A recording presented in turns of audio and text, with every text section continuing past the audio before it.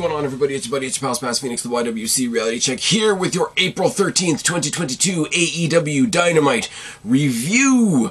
And yes, I'm going to start it off a little bit differently. I'm going to start it off by sending a quick shout out to our boy, Guapo, and by a shout out, I mean a big middle finger, because he actually got to be at this show tonight. I'm pretty sure that was amazing. He was sending me videos from the arena while I was still doing overtime at work that kicked my ass. So isn't that awesome? Let's all take a minute and send our love to Guapo at Guapo_504. So, no, in all seriousness, I hope the guy had a great time. Guapo's great. We love him. Hope to have him on sometime in the next couple of days to talk about some more general AEW stuff. The long-awaited, long-promised State of AEW podcast will come eventually from me and Guapo. It's just when work's not kicking him in the ass and he's not at the show, and when work's not kicking my ass, we will get that done for you. It's a pretty decent week to do it, honestly, with this show tonight, with the live Rampage and then Battle of the Belts. It's as good a week as any, is it not? Now, this show, I will say this, right up until the last minute or so, I don't have words for this. I have never seen a show this good that ended on such a wet fart in my memory. In my memory, I cannot imagine it. But we're going to get to the end when we get to the end. This is an insane card. This was the card they were sharing around throughout the week that was like, look at this card. This is the kind of night that old NXT would have gotten shit on for, because they would have said, oh, you're only doing good matches so that people will watch them, even though that's kind of the point of pro wrestling. But then the one that got, as far as I'm concerned, or as far as I know, the one that got added last, after the rest of the card was presented to the world, the one that sort of got thrown out there as, oh yeah, by the way, we're also doing this, was CM Punk versus PENTA OSCURO, which is an insane combination. It's a combination that immediately intrigued me, and it's one of those, Punk's going for the belt. We know that he's not going to buzz through the main event scene. He's going to buzz through AEW's big names, if that makes it, like all the most popular people. He's not necessarily going to go, Jericho, Moxley, I almost said Ambrose, Jericho, Moxley, Omega, Page. Like, he's not going to do that as far as like knocking off the world champions, the world championship contenders, but he is going to take all the names that take what do you want to say? Priority, the ones that take the fan pop. I'm surprised that they haven't put CM Punk and Sammy Guevara in the same ring just yet. But he started off against Darby. He went down and did some other stuff, and then he came back up and did MJF, and then sort of immediately after MJF, we go to PENTA OSCURO, because these are people that you think of when you think of an episode of Dynamite. He's had matches with other people lower on the card, but I don't think, CM Punk versus one of Billy Gunn's kids is going to get him to the pay window. But also, the other half of this, the other reason I love it, A, I'm a mark for Punk. You guys know that at this point. B, PENTA OSCURO is one of those things that's really, really fitting into that gigantic category in my fandom. Is I love this already, but what makes me love it even more is how much people hate it. Sammy Guevara is in that category. A lot of other, spooky adjacent stuff, like Abaddon is in there. Decay are in there. The House of Black is in there. All the Fiend stuff and Alexa Bliss stuff and Balor being the demon and all that shit. Give me the spooky bullshit. It's awesome. Penta being the Pentataker, and Alex Abrahantes coming out in his Spirit Halloween costume is great shit. The crowd were great. I'm sure when we get Guapo on here, he will tell us just how great that crowd was. Chanting for both of them, chanting for CM Punk, chanting Zero Miedo. I'm probably pronouncing that wrong. Still, and AEW has been a thing for 3 years now. It's fine. The other cool thing about this is Penta is sort of situationally face or heel. He kind of gets the Undertaker pass where if he's facing a heel, he's a babyface by default, and if he's facing a babyface, he's a heel because he's this big, scary lucha monster that's coming to get you.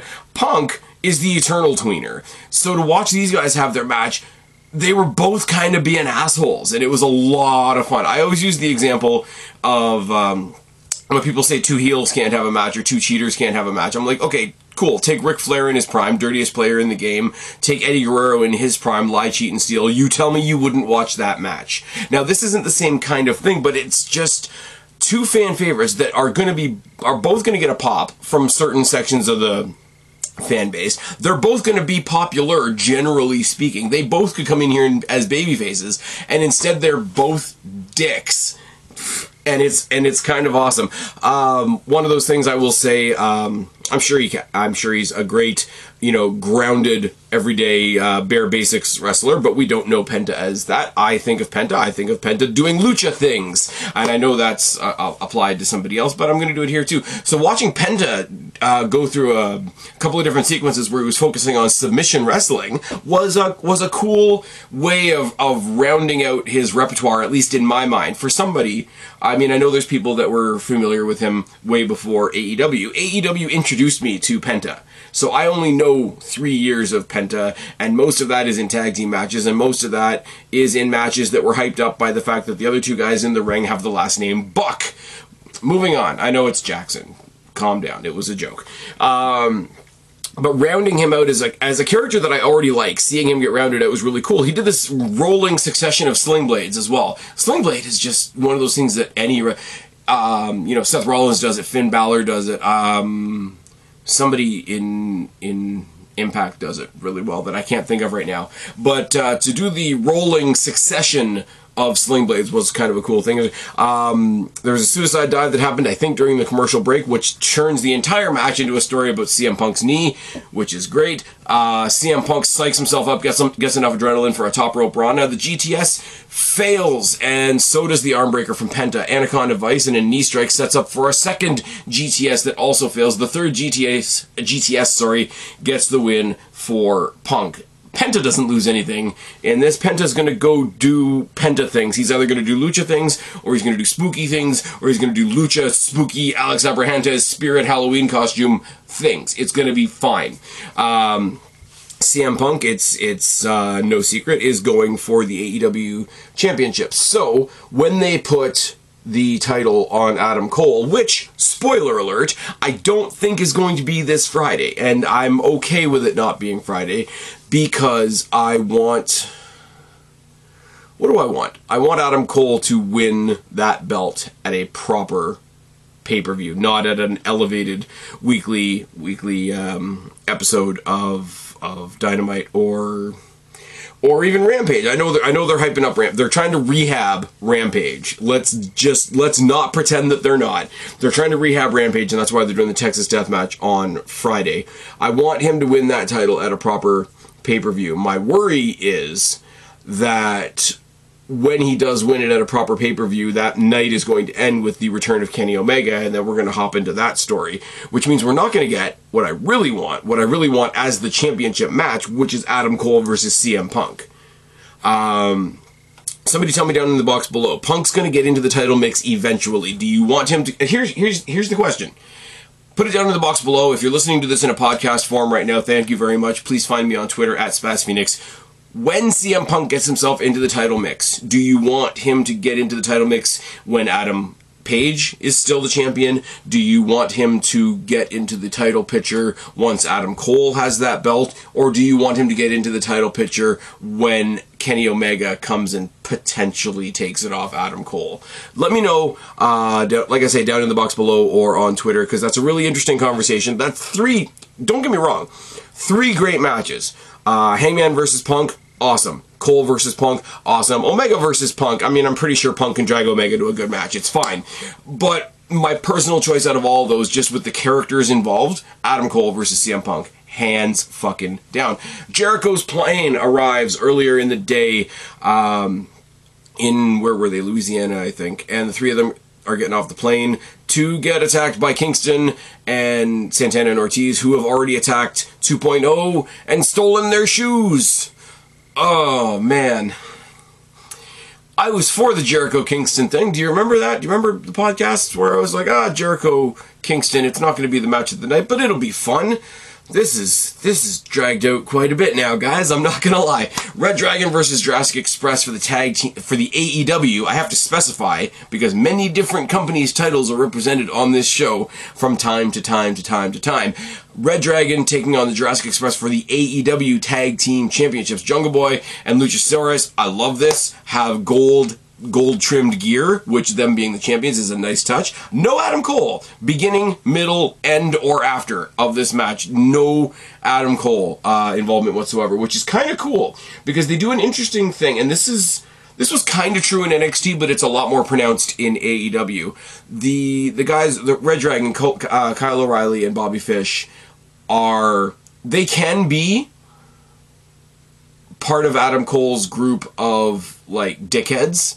But when Adam Cole's not there, they come across as this serious, not quite FTR type of thing, but this much more serious, hard-hitting, almost like you're catching them at the gym rather than seeing them in a wrestling match pair of guys. And that matters, because, you know, it shows the influence of Adam Cole. Adam Cole, what's he doing off with the Bucks and all that type of stuff. Adam Cole wasn't even on this show, actually, because, yeah, he's going to be in the Texas Death Match on Friday. That actually makes sense. Never mind. Moving on. I really do think that there's a cool thing that they're doing. Obviously, Jungle Boy is the singles guy in this match. He's been singled out as one of the pillars. He's one of the most popular guys they have. They could put a title on him, a singles title on him tomorrow, and I don't think anybody would complain. But there's this cool thing where, even though he's a singles guy, the tag team division gives him sort of a comfortable place to live.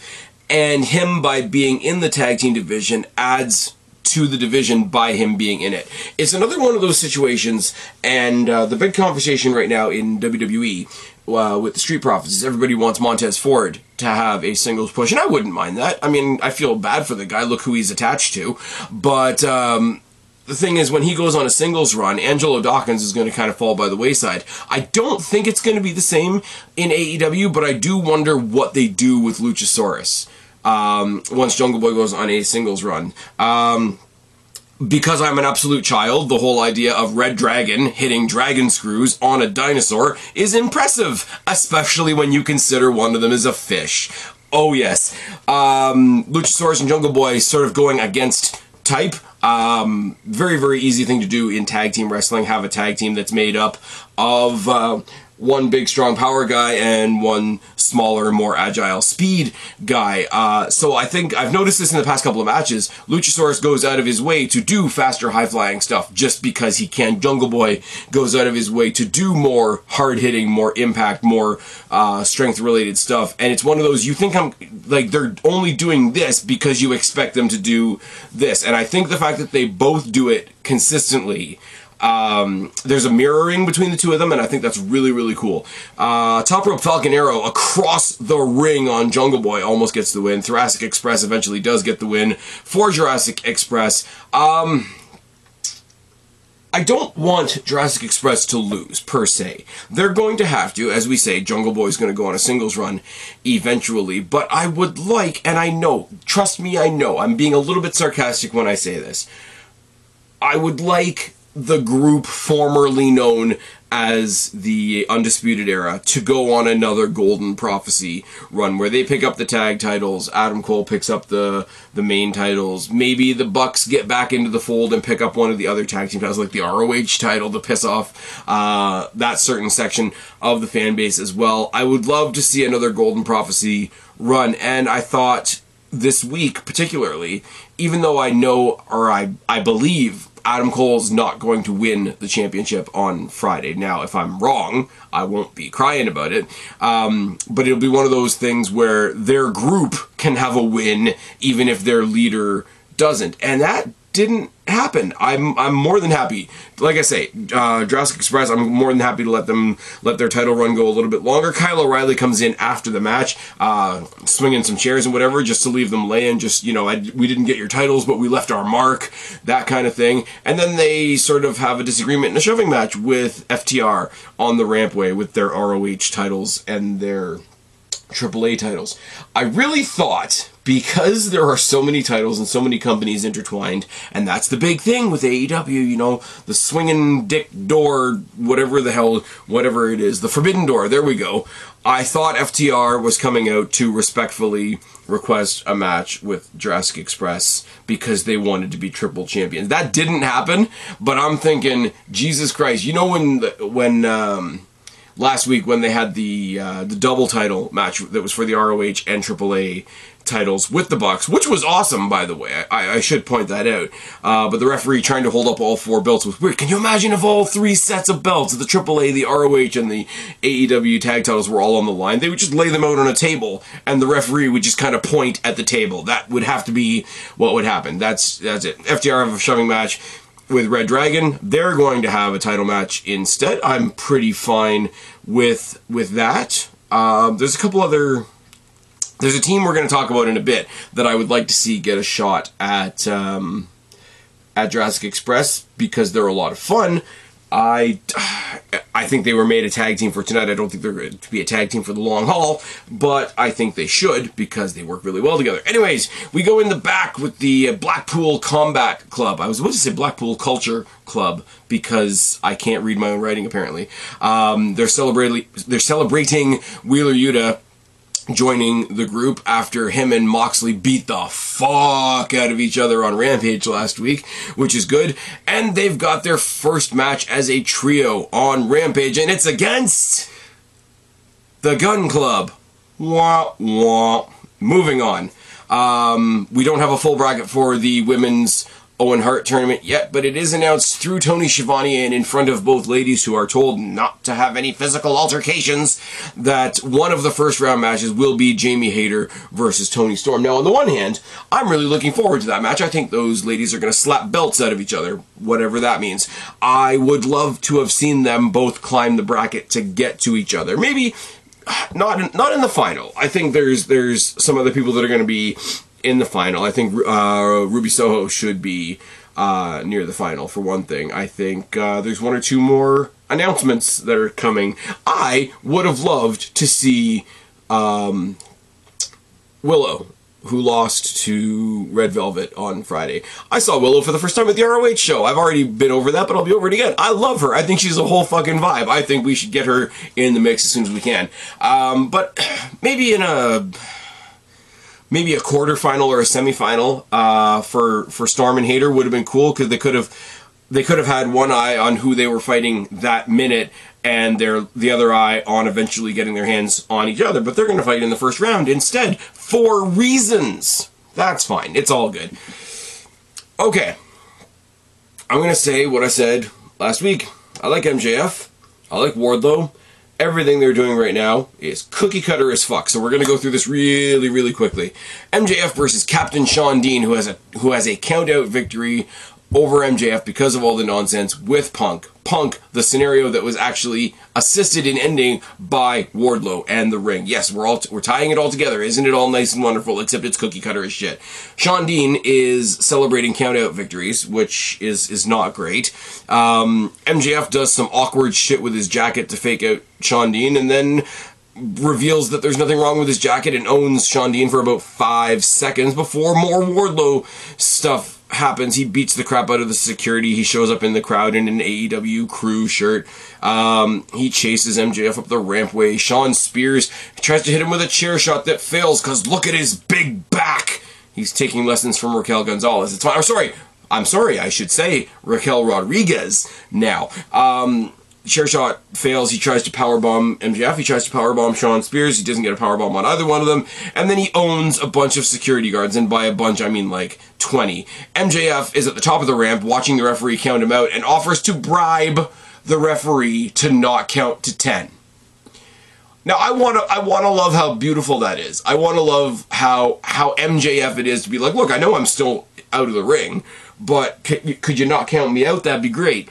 But it's buried under all this just... I'm sorry, people are going to hate... The AEW fans are going to hate me on this, but you're going to have to forgive me. This is fun. I like Wardlow. I like MJF. I like Sean Spears bopping around in the middle like an annoying fly. But it thinks it's Triple H Batista. And it's not. We're going to come back to this later on, aren't we? MJF makes his way back to the ring. Wardlow makes his way to the back. MJF is arguing with the referee. Wardlow is arguing with about 20 officials, security guards, whatever you want to call them. And this feud must continue. I know I don't use that one a whole lot, but goddamn. Darby Allin has an artsy-fartsy black and white video. The bottom line of it is something really awesome, and that's that we're going to get a coffin match. Don't call it a casket match. Next week between Darby Allin and Andrade El Idolo. Now, that match is going to be great. I like what they did the last time. I like that he did the coffin drop into the coffin. It was all good. It was against my Canadian boy Ethan Page, was it not? Going to be really cool. I don't know why there was a warped version of the marriage waltz in the video. It's weird. Didn't quite work, but okay. I know you can't do the funeral waltz because the Undertaker comparisons would come thick and fast, especially with him just going into the Hall of Fame, and well deserved. But the wedding waltz thing was weird. Malachi Black talks some spooky stuff in the back, and I'm not even saying that to make fun of it. As I said before, give me all the spooky nonsense you can. But I will say this time I missed the first couple of seconds of it, and I couldn't make out the rest. So Malachi Black's awesome. Love the House of Black. Love Buddy Matthews and Brody King. Yeah, Brody King. I don't know who this was directed at because, like I say, I missed the first couple of seconds of it. But they're gonna do spooky stuff. Tell me something. I'm just realizing this right now. I'm really glad you guys can't see me because I'm pulling out what's left of my hair. If you're going to have a debut trios match for the Blackpool Combat Club, why did you not do it against the House of Black? You could have called it the House of Blackpool match. Hey, get in. Jericho Appreciation Society versus Kingston, Santana, and Ortiz. Big old pile of people match. Chaos done right. Every company gets this right. I will say the one thing across the board, the pile of people matches are something that's a whole lot of fun. It's chaos done right, like I said. But, like, it can be anything. It can be a Survivor Series match. It can be a Money in the Bank. It can be an Ultimate X. It can be a Blood and Guts, which isn't at all War Games. No, not at all. It could be a Rumble. You put a bunch of people, the right characters that know how to do the right kind of chaos, and it's going to be good. I will say, because I'm losing interest in the feud between Kingston and Jericho, Santana and Ortiz should be in the tag team title picture, I'm not going to lie. And Jericho just built himself a brand new group out of the group that he has left because his old group left him to join a new group with Kingston. So I'm not going to lie. My disinterest in the match made me lose track of the match a little bit. They do the Eddie tribute, which is always really nice, and I don't want to take anything away from it, but it is also really easy. Isn't it? It's a really easy way to get exactly what you want to get. 2.0 come out to try and help because it's the members of the Jericho Appreciation Society are Daniel Garcia, Jake Hager, and Chris Jericho, which is another reason this doesn't make sense. You've got a group of 5 people. 2 of them are a tag team. You have a tag team match coming up. Why would you not put the tag team on your team for the... Anyways. Things are going along. Kingston looks like he's going to get his win. He gets a shot to the back by Floyd. Irony. Jericho Appreciation Society to get the win, and it ends in a 5-on-3 beatdown. I really thought 2 other people were going to come out and save them. Not that I could necessarily predict who those people would be. But yeah, 5-on-3 beatdown to end the segment. MJF is in the back with Sean Spears and Smart Mark Sterling because MJF's rich and he can buy a lawyer. And yeah, because he owns Wardlow's contract, he can book Wardlow in matches, and Wardlow's got a really, really exciting match next week, guys, against the Butcher. Now, I don't even give a shit about the Butcher and the Blade as a tag team. I got nothing. I'm losing my will to this to be good. If that makes any sense. It's MJF Wardlow likes to destroy people. He's got the Powerbomb Symphony. It's a nice, easy power thing that everybody can get behind. People, fans in the arena can count. Fans like that. I'm not being condescending when I say that. You get up on the corner and you do a 10 punch, people want to count along with it. If you do Suplex City, you're going to count the suplexes. You're going to count the power bombs in the Powerbomb Symphony. He's got a thing. He's got a shtick. The crowd is behind him. The crowd is behind, ripping down the Wardlow's not allowed here posters and all that. This should be so good. And it's just not. And the Butcher versus Wardlow is not a reason for me to watch next week. Now, we've got a coffin match next week. That's a reason for me to watch. Andrade, awesome. Darby Allin, awesome. Wardlow, should be awesome. Butcher, I don't care. I really don't, which is really sad. And you know what else is really sad? Marina Shafir, who's awesome, made her TV debut on Dynamite. You know why I don't care? Because she came out, had a squash match with Sky Blue, because they're just showing the TV audience for the first time. This is Marina Shafir. She's the next one that's going to get steamrolled by Jade Cargill, because we're still under the delusion that Jade Cargill is a good wrestler, and that was me throwing my glasses on the desk, guys, if you couldn't figure that one out. Imagine thinking Jade Cargill is good. That's all I've got. I got nothing. Sky Blue is the spunky little underdog that got her ass handed to her. Marina Shafir, in one match, already looks like a badass, and I can't enjoy that she looked like a badass because I know she's being set up to be dog food. That's really unfortunate. For the second time in a row, one of the ladies in the back tries to interview Hook. I don't mean to say that disparagingly. One of the ladies, I can't think of her name at the moment. I'm sorry. Smart Mark Sterling once again showing up on the show with Tony Nese asking, hey, how come you're trying to interview Hook when he doesn't even want to talk to you? Why don't you interview the premier athlete? Da-da-da-da. This is all building to the fact that Hook is going to debut on Dynamite for the first time next. He's been on Rampage. Rampage has kind of been his show, which is fine. He's going to have his Dynamite debut next week. And who do I think it's going to be? Who do I think it's going to be? Who do I think it's going to be? It's going to be Tony Nese, isn't it? Because Tony Nese is one of AEW's Zigglers, which is fine. That's all good. I keep saying these things that sound like they're negative and they're not, but it's just Smart Mark Sterling's kind of all over the place tonight because he's MJF's representative. He is saddled with Jade Cargill, the fake champion, and now he's also representing Tony Nese and his tiny knees. And before we leave, Danhausen comes by because they're in a gym. He gets a medicine ball thrown at him and tries to curse Hook, and that doesn't work. I will say, though, on the topic of Danhausen, I'm on board for Danhausen, first of all. Second of all, if you don't watch What Culture, if you're not a fan of the What Culture podcast, if you don't listen or watch their stuff on YouTube, I will say, go to the What Culture YouTube channel, check out the interview that Simon Miller did with Danhausen. It's fucking hysterical. Scorpio Sky, in the back, is talking. He talks for a long time, and what's his name? Dan Lambert talks for a long time.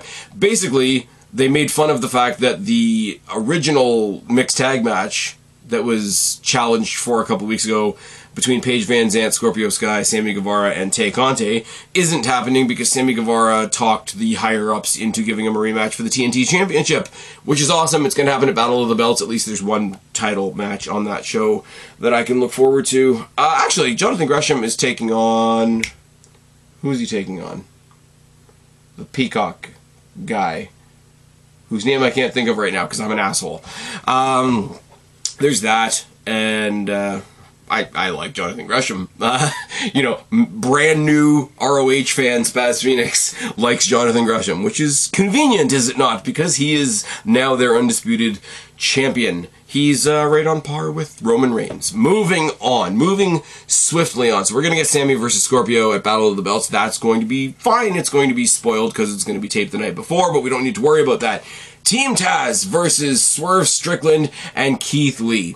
Now, let me tell you what this match is. You've got so much athletic ability in this match. Again, you've got what I talked about before. You've got the teams that are one big guy, one little guy. So you automatically create the little guy versus little guy, big guy versus big guy versus little guy versus big guy scenario as the story of the match in general. The in-ring abilities of these four guys is absolutely insane. And that being said, this match wasn't about that. This match was all character. All four of these guys, Ricky Starks, Powerhouse Hobbs, Keith Lee, Swerve Strickland, are dripping in their own brands of charisma, and everything they did, every punch, every slap, every strike that was no-sold, it was the old cliche of it wasn't what was done, it was how it was done, and everything was done with so much attitude in this match that you could get away with wanting to slap all four of them at one point or another. Because even the babyfaces, like in the first match, even the babyfaces were cocky as shit. There was a spear at one point by Ricky Starks was the hometown boy, and they told the story about how he used to live in Louisiana, and apparently he was displaced by the weather events that happened there. So it was a homecoming for him, but it meant the hometown favorite was one of the guys on the heel team, which made the crowd reaction very not... It didn't bring the crowd reaction away, but it made for a very unique crowd reaction. If this was a WWE show, they would have called it Bizarro Land. But it wasn't. Ricky Starks, who not that long ago was out because of a broken neck or a fucked up neck or whatever, hit a running destroyer. A running destroyer across the ring on Swerve Strickland.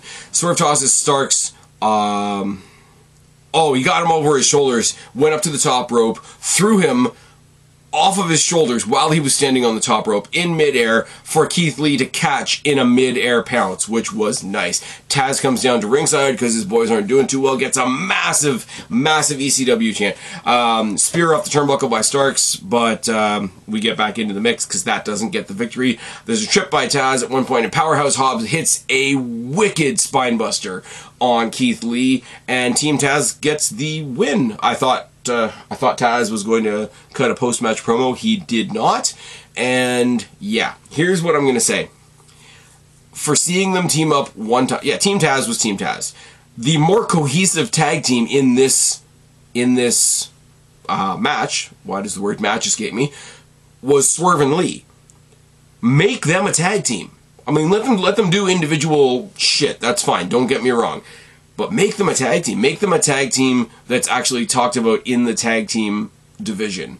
Put these guys, when I said at the beginning of the show, I said I've got another team that's not even really a team that I want to go after Jurassic Express. Jurassic Express versus Swerve Strickland and Keith Lee. Tell me you wouldn't buy a pay-per-view to see that match. That's all I'm going to say. Oh my god. And then we go to the back. Thunder Rosa is our current AEW Women's World Champion, which is fucking awesome, because she's great. She's got to face Nyla Rose again, so Nyla Rose and Vicky Guerrero showed up and did cake stuff. Yay! I don't care about this match. Dalton Castle is the one that's facing Jonathan Gresham at Battle of the Belts, which is going to be a fun match, along with Sammy versus Scorpio, which is going to be a fun match, and along with Thunder Rosa trying to carry Nyla Rose to a good match. Please, God, don't put the belt back on Nyla Rose. I'm gonna cry. It's fine. Our main event that was allowed to have a run-over on TBS, which clearly is one step towards the show being longer, which is one step towards it being as long as Raw. Let's go! 3-hour Dynamite. No. Minoru Suzuki versus Samoa Joe for the ROH TV title as the main event on AEW Dynamite. There is no part of that sentence that's not intriguing to me. Absolutely none. You guys know I'm a mark for Joe. Minoru Suzuki is somebody I've only seen a handful of times, but the guy's pretty fucking crazy, and he's got a good hairdo, so that's always a plus. They're fighting for the ROH TV title because Samoa Joe is signed to both, I guess, and because the ROH titles are defended on Dynamite, which is cool. Crossover's all good. I'm not even being sarcastic about that. But Minoru Suzuki, Samoa Joe, ROH TV title, Dynamite main event. All of these things are awesome. These guys beat the shit out of each other. Oh, yes. I swear to God, the first 5 minutes of this match are just these guys slapping each other. And I don't mean slapping like, I'm gonna get in your face and slap you. I mean like chopping the fuck out of each other. Like making the proverbial hamburger out of each other's chests. I will say, both of these guys can technically wrestle. Most of these guys can do hard-hitting stuff and suplexes and all that kind of thing, right?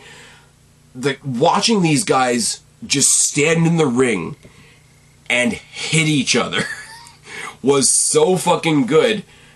It was almost, I'm going to stray into hyperbole a little bit, but it was almost to the point where when they actually started wrestling, I was disappointed because I just wanted them to hit each other because it was so good.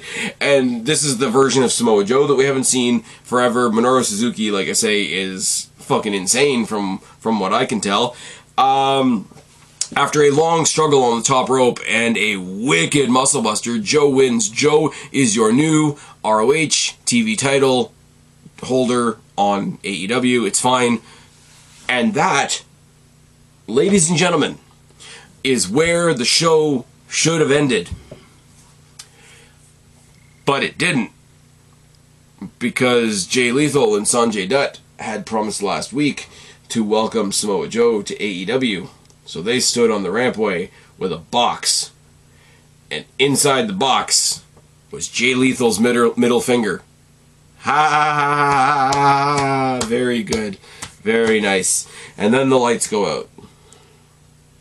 And the lights come back up. And holy shit, in the ring with Samoa Joe is some big dude